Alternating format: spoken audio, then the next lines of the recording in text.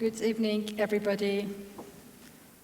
It is an honor to be standing here with you tonight. Sorry, I'm not as tall as David, and I don't think this comes down.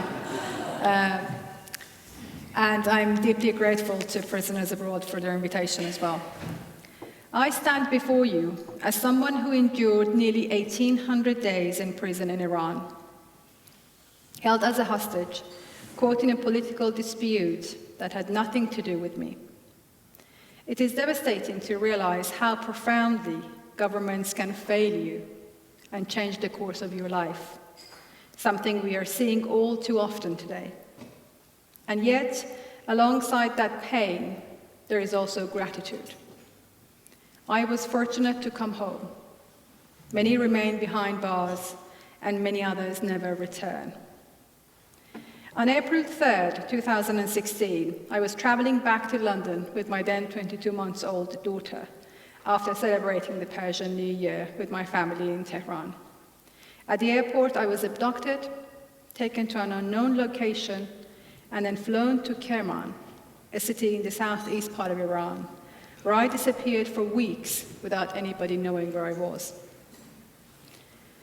That was the beginning of my 6-year ordeal. Within 5 months, I had been interrogated, subjected to a sham trial lasting less than 2 hours, convicted, and sentenced to 5 years in prison. I spent the first almost 9 months of my incarceration in solitary confinement, first in Kerman and then in Tehran, in Evin prison. I slept rough on cold floor with no bed or pillow. In the early days, I was not permitted to leave my cell to have a shower. It was both physically and emotionally traumatizing. After 9 months, I was eventually transferred to the women's political ward in Evin prison to serve the remainder of my sentence.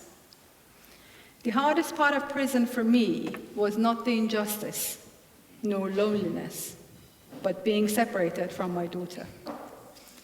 During solitary confinement, visits were rare, once every 5 or 6 weeks, and always in the presence of the interrogators.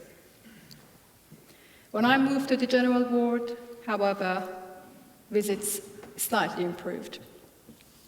My daughter Gabriella was the youngest and, in my humble opinion, the bravest visitor to Evin prison. She would bring little treasures. Can I just say, I have promised her that I'm going to embarrass her 3 times in my speech. That was probably the main one. She would bring little treasures to show me, and even the guards struggled to resist her charm.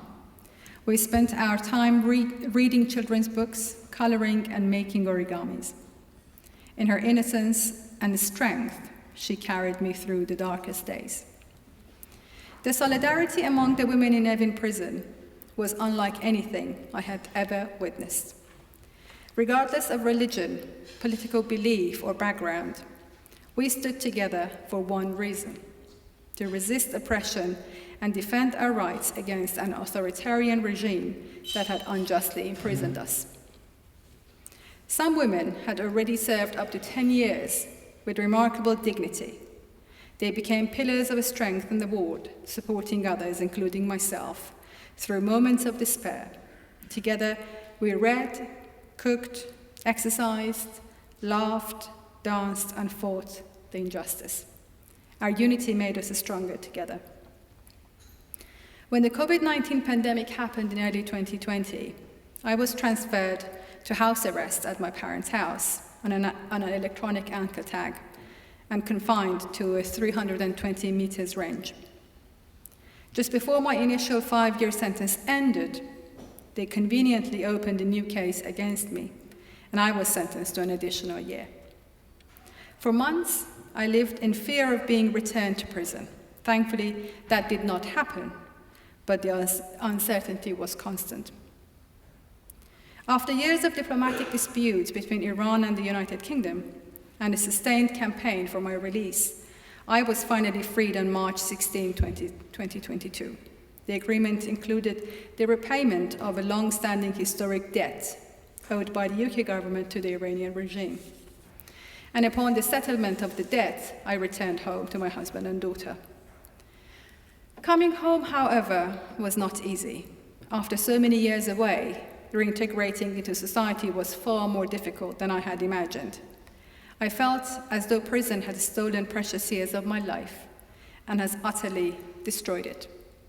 But my story isn't unique. In recent months, we have witnessed another wave of violence and repression in Iran. The full extent of the tragedy only became clear after internet blackouts were lifted. On January 8th and 9th, amid one of the longest internet shutdowns in the country's history, security forces opened fire on civilians, carrying out what many describe as one of the largest massacres in the nation's recent history. Those of us in the diaspora waited in anguish, unable to confirm whether our loved ones were safe. When the truth emerged, it was devastating. Videos of mass killing, wounded protesters shot again, hospitals overwhelmed, families searching desperately through bodies for their children and loved ones. Thousands have unjustly lost their lives, and now there is a growing fear of another tragedy unfolding, the fate of those currently detained. Human rights organizations warn that many of those arrested during the recent uprising may face severe and opaque punishment. The government's stance is one of intensified repression, with no indication of leniency or transparency. In many cases, even the names and locations of detainees remain unknown. Some face broad national security charges that can carry the death penalty, raising fears of execution carried out with minimal due process and little public scrutiny. Others may be handed lengthy prison sentences after unfair trials, effectively being silenced. For a prisoner, nothing is more painful than feeling forgotten. It was only later on when I came home that I learned about the number of people who had carried us in their thoughts, stood by us, cared, and campaigned for us. That solidarity saved me, and it is only right that we now do the same for others. The path to freedom was long and uncertain, filled with frustration and despair, but I did not walk it alone. Once the initial euphoric feeling of freedom faded, I was left with a difficult truth. I had left many people behind bars.